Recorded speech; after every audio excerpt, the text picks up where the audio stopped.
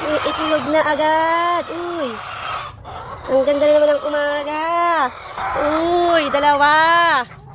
Tatlo.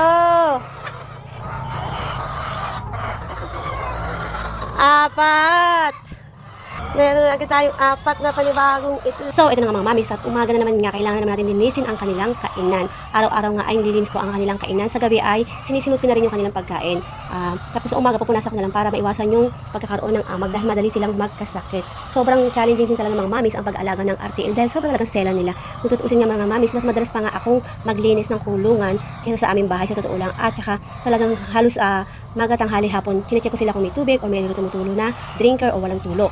Kasi pag na-dehydrate sila, may stress sila, hindi sila magbibigay ng magandang itlog. Kaya kailangan din ay alagaan natin sila ng maayos para bigyan din nila tayo ng maayos na itlog. At dahil nga mga mamis, after ko nga nilinisin yung kanilang kainan, ay pinakain ko na sila dahil medyo gutom na nga sila.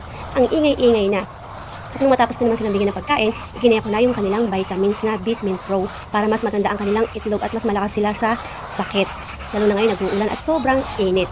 Very challenging din talaga mga mamis ang pagpapainom dahil mataas na ang kanilang lagayan ng tubig. At saka isa pa, pagka check ko yung kanilang mga nipple drinker, talagang umaakit pa ako para ma-check kung tumutulo ba o hindi. Kasi minsan madalas mayroong hindi tumutulo Medyo palpa kasi yung pagkakaalay nung kanilang drinker. Hindi pantay-pantay, dapat nakalibel para walang walang sablay. Yan. Nakatayin naman, nagka-alas spider muna naman ako dyan.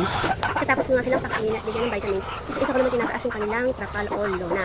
So ngayon nga mga mamis, nakakaharvest na ako ng itlog sa isang araw na 23. Medyo malilate nga siya kasi hindi ko pa din siya ma-market. Kaya ang ginagawa ko ay pinabebenta ko na sa aking ate o binibenta ko sa aking nanay at saka ginagamit din namin pang gamit sa bahay. Kaya binabayaran ko na mga mamis.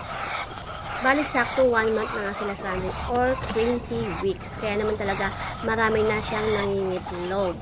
At sa ngayon nga ako muna ang nag-aalaga sa kanya dahil naman talagang sobrang gastos at puro labas ng pera ang nangyayari.